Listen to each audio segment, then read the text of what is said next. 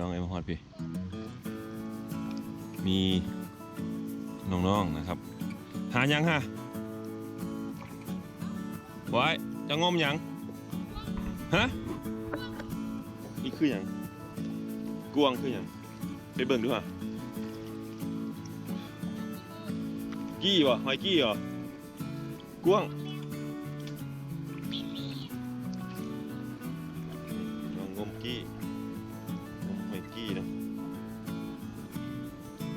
หมดน้ำเบิ่งขนาด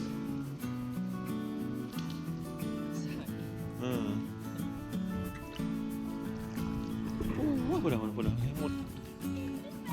โอ้ได้ป่าพร้อมอีกไปเบิ่งดูฮะ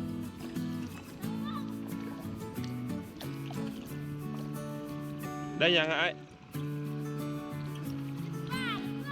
โอ้ได้ปลาละตัวพี่น้องเอ้ยน้องได้ปลาละตัวไปเบิ่งกันนะได้ปลานี่จะให้ไปได้เอายิงเอาบ่ปลายังหันปลาบุ้งหูจักอีกโอ้แน่นอนขนาดนี้นั่นน่ะอุปกรณ์เราปืนบ่หันอ่ะโอ้เก่งหาปูหาปลาพี่น้องเอ้ยนะครับธรรมชาติวิถีชีวิตแบบธรรมชาตินะพี่น้องเนาะมาหอดมองนี้แห้งงามแบบนี้ครับทั้งเชิงถึงทั้งหน้าเป็นผาเป็นผู้เป็นผาพี่น้องเอ้ยถ่ายไปทั้งหลังปุ๊สุดยอดเลยโอ้ยบ่าวแต่ยังให้พี่น้องมาเด้มาหลายๆเด้พากันมาเที่ยวหลายๆพี่น้องเอ้ยโบเน่ครับถ้าพี่น้องมาหลายๆคนติดต่อมานี่อาจจะมีราคาที่พิเศษก็ได้นะครับสำหรับคุณกี้นี่ที่บ่าวเตอได้ล่มน้ำเพิ่นเนาะได้คุยน้ำเพิ่นนี่คุณกี้ว่าก็มาโลดนะครับมาคุยกันนะครับเพื่อว่ามีอย่างที่มันดีๆนะชีวิตเฮามันบ่ได้แม่นว่าสิอยู่ฮอด100 ปีดอกเราว่านะครับอันใดที่มันเบิ่งแย่งกันได้ก็เบิ่งแย่งนะครับให้เฮามีความสุขกับการพักผ่อนนะครับกับการใช้ชีวิตนะพี่น้องเนาะนี่สุดยอดครับ Spring River Resort ครับพี่น้องครับ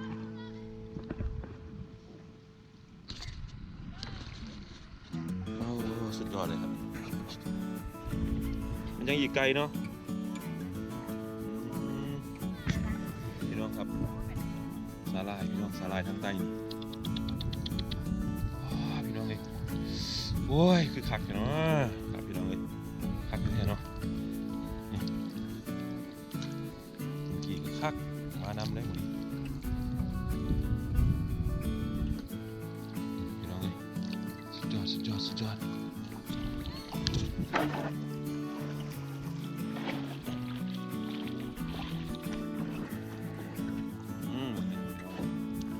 ไหวกันเลยกินหญ้าอยู่พากันมาอาบแดดไหวฮะบริสุทธิ์กับโลกได้คอยมีความสุขของคอยอยู่ได้สบายปากกระโหลกไหวคนละโอ้โหสองสาวนี่เจ้าไอ้จ้ำแล้วนี่เต็ม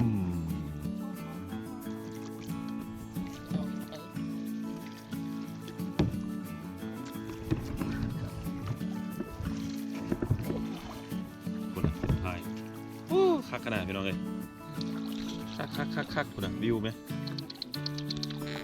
เดี๋ยวเขาสิแข่งกันพี่น้องเขาสิแข่งกันได้แต่ว่าบ่าวเตือนสิถ่ายไม่ได้ดอกบ่าวเตือนสิพายซอยกับน้องเพิ่นกินข้าวส่วนเที่ยงนะพี่น้องเลยเที่ยงแล้วไปกินข้าวปลายังไงข้าวกลางปลากลางลงกลางภูกลางผาพี่น้องเอ้ยสุดยอดเลยอันนี้เป็นทริปพิเศษครับ Spring River Resort ครับโดยคุณกี้คุณสวยสาวเมืองเชียงไฮ้นะโอ้โหแม่นเนาะสาวเมืองเชียงใหม่ไอ้มัด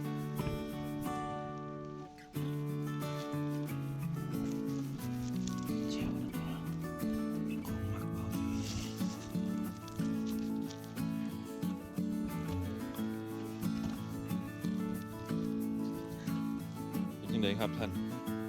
บ่าวภูมิพลโกซิริโยบ้านทงมือจกธงนับได้11ภูมินะมึงเราจกธงแล้วสินับได้11เลยแล้วพายถอยหลังให้เราธรรมดาเลยของแค่ได้นี่อันนั่งซื่อๆเดี๋ยวสิลากขึ้นมา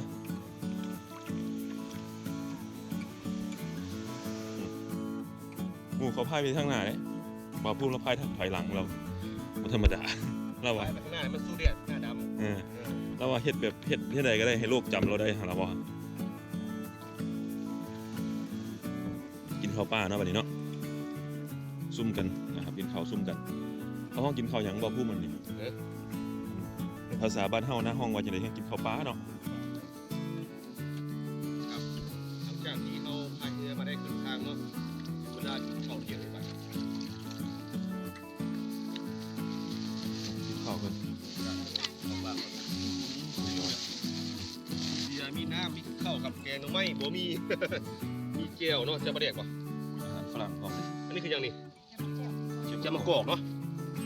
มีเจียวมะกอกมีทอดไข่แล้วก็มีครับแซนด์วิชครับอาหารป่าโรเซียบครับ กลางฟ้า ไปกินก๋วยเตี๋ยวข้าวผัดคือสิบ่ได้เนาะ ตำบักหุ่งบ่มีบ่สั่งได้โทรไปสั่งบ่ได้บ่ตำบักหุ่งนี่บรรยากาศสุดยอดเลยครับพี่น้องครับกินข้าวกลางฟ้า มาถึงทางตรงนี้ ข้าวปลานอนนากินข้าวปลาอันนี้เรานอนภูครับ ครับทีมงานที่สหายนะ อืมเสียงอีสานบ่ อีสาน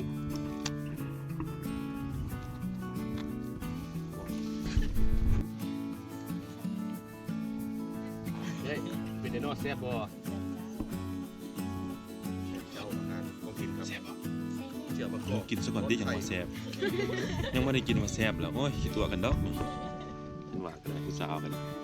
อันถามว่าแม่นแซ่บโลดได้เพิ่นทีมงานเฮาแน่นอนขนาดปลูกโป่งปิงโอ้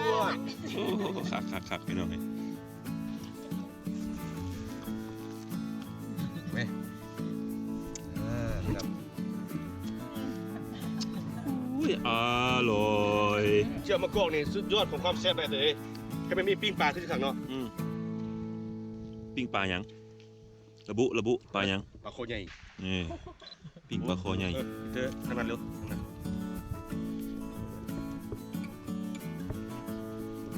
เอานี่มีไข่เอง เดี๋ยวเจ้าขอนจับเจียวนี่ใส่จับคักๆเด้อโอ้ แ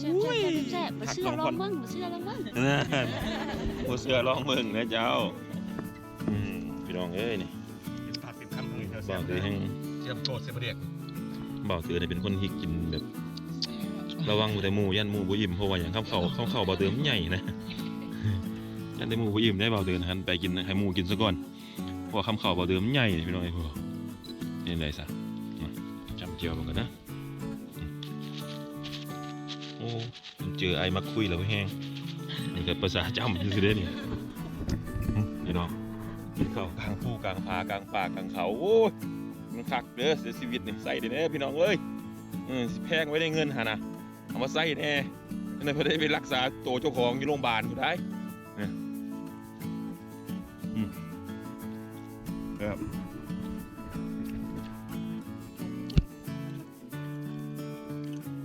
เบิ่งแย่งกันพี่น้องเอ้ยคู่โอกินไปดีบ่ในเจียวแซ่บบ่แซ่บแซ่บหลายพี่น้องแซ่บหลายเฮ้ยบอลจำคักๆทุกเจ้าหันเมื่อกี้เราก็กินเป็นเนาะโอ้จำเจียวเนาะของมากอีก โอ้ย หาน้ำกินเลยพี่โอ เปล่าเลยเสียบ่ซิมหน้าจะมาซิมหน้านี่จะมากอกนะนี่ บ่ได้กินข้าวเลี้ยงมาจากมือเลยเฮานี่ พูดเลยตั้งแต่มือมา4 มื้อแล้วล่ะ กำลังสิลงแดงแล้วเบาตือครับเบาตือครับเกินได้ด้วยข้าวเหนียวครับพี่น้องจำมันเป็นแต่แซ่บเลยว่าโอ้ยพี่น้องเอ้ยนี่โอ้ยคักเด้อ ปลาพี่น้องเอ้ยกินทอด ว่าสิ ไข่ครับ ว่าสิป้อนต้องป้อนย่านแล้วมันขี้เดียดมือเจ้าของ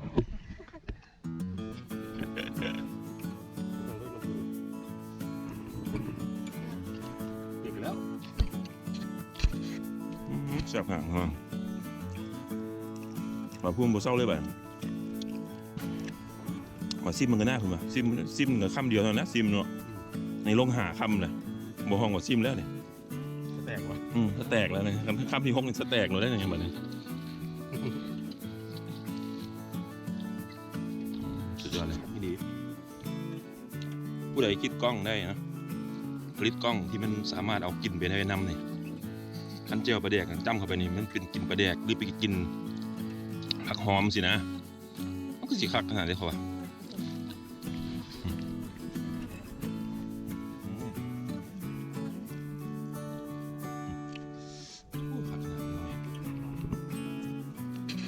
เอาละบัดนี้กินข้าวอิ่มแล้วเอาก็สิเดินทางแล้วก็มีการสับเปลี่ยนฝีพายกันจักหน่อยหนึ่งครับเนื่องจากว่าเขาสิแข่งกันน้องโอกับให้น้องอย่างเพื่อนนี่น้องบุญมาดูแลในเรือนะครับเป็นฝีพายให้นะครับสองหนุ่มไปแล้วข้างหน้าบ่าวภูมิใจนะครับกับบ่าวอ่อนรับกันนะครับพี่ยังพายคนเดียวคือเก่านะครับแล้วก็บ่าวเต๋อได้น้องพรครับมาเป็นฝีพายให้ครับในการพายรอบนี้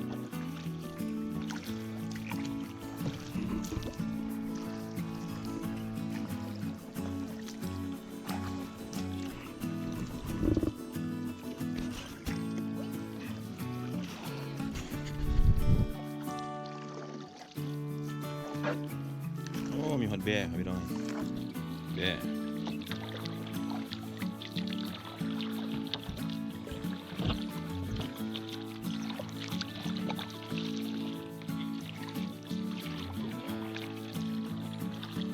แบ่พ่อพี่น้องเลยมีแบ่มากินหญ้าอยู่ข้างทางเนาะยอดเลยโอ้ยพุ่นน่ะงามเนาะน้องพ่อเนาะเขาพี่น้องเลยพวก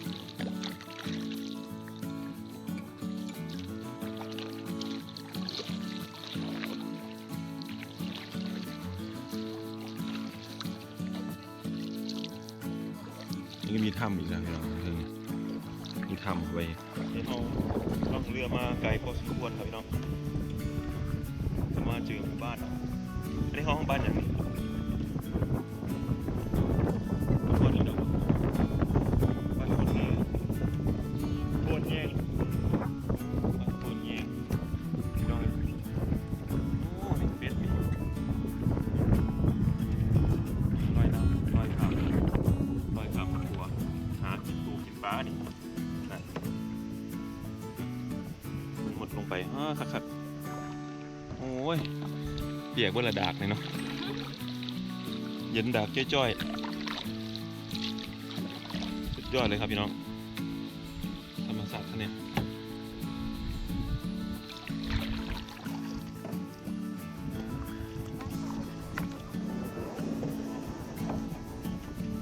ฮะ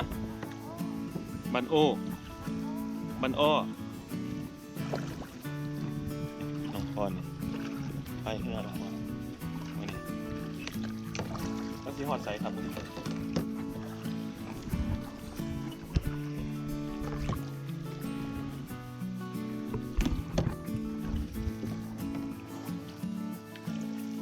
น้องพรมาสีหอดอยู่บ่น้องพรมาเข้าป่าอยู่แล้วครับนี่น้องพรมีแต่สิส่วนเบาเตือเข้าป่าในนี่บันอ้อ